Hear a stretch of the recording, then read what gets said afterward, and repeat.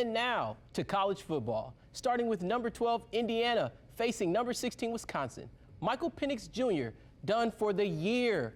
The Hoosiers needing their backup quarterback, Jack Tuttle, with a chance to own the Big Ten East. Tom Allen and the Hoosiers are seeking victory. We begin with another Hoosier takeaway when Tywan Mullen sacks the quarterback and Graham Mertz fumbles the football. Indiana recovers after a nice scuffle. It's Tuttle time. The sophomore hits Peyton Hendershot, giving Indiana their first points of the game. 7-0 in the first, Tuttle's first touchdown. And just like that, we're in the third quarter. Indiana's leading 7-3. Tuttle hits Whop Fillier for a 7-yard touchdown. Later in the third, Indiana's up 14-3, and it'll stay that way as Jamar Johnson intercepts his fourth pass of the season, returning it for 20 yards. The Hoosiers snap a 10-game losing streak in Wisconsin, earning a 14-6 victory. The Irish trying to make another undefeated regular season. Syracuse, the last ACC opponent standing in their way. In the second quarter, Notre Dame down 7-3 until the quarterback, Ian Book, puts his feet first with a 28-yard rushing touchdown. Irish up 10-7. Then check this out. Book connects with Javon McKinley, not once, but twice. Back-to-back 20-plus yard touchdowns.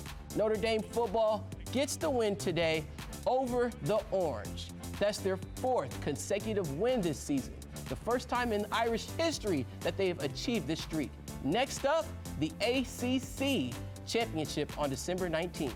Meanwhile, the Colts are in Vegas, but this time it's a business trip for the Horseshoes.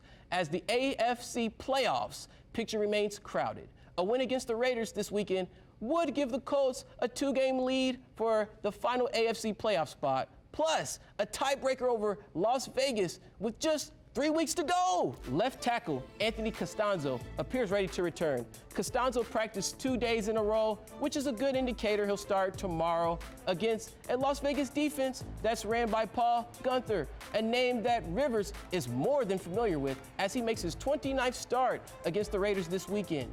Rivers will be grateful if his main man Costanzo holds it down on the left side tomorrow.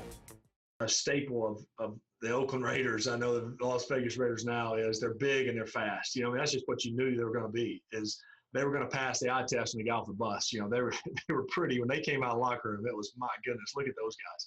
So they still have kept that kind of tradition going. And defensively, they fly around. You know, the guys in the secondary are flying around. The defensive line is very active, very penetrating. They're trying to cause problems in the backfield and just, you know, wreak havoc. So it's a very attacking defense. New Nate, old Nate. Pacers and Hawks reuniting Coach McMillan with his former team tonight in Atlanta. McMillan, now an assistant in charge, scheming up a way for Trae Young to play defense. Hawks, 11-14 overall last season. Trae Young went for 40 twice against the Pacers, but now he was held to 14 tonight. Pacers trail by as many as 9 in the fourth quarter. Doug McDermott starts a run the other way. 2-point game. McDermott scores a game-high 26. Aaron Holiday sat on the bench long enough under Coach McMillan. Holiday rips off 13 of his season-high 18 points in the fourth. Under 4 minutes to play, Miles Turner does it himself. Pacers battle off a 38-16 run. Turner had 19 and 10, 125-113.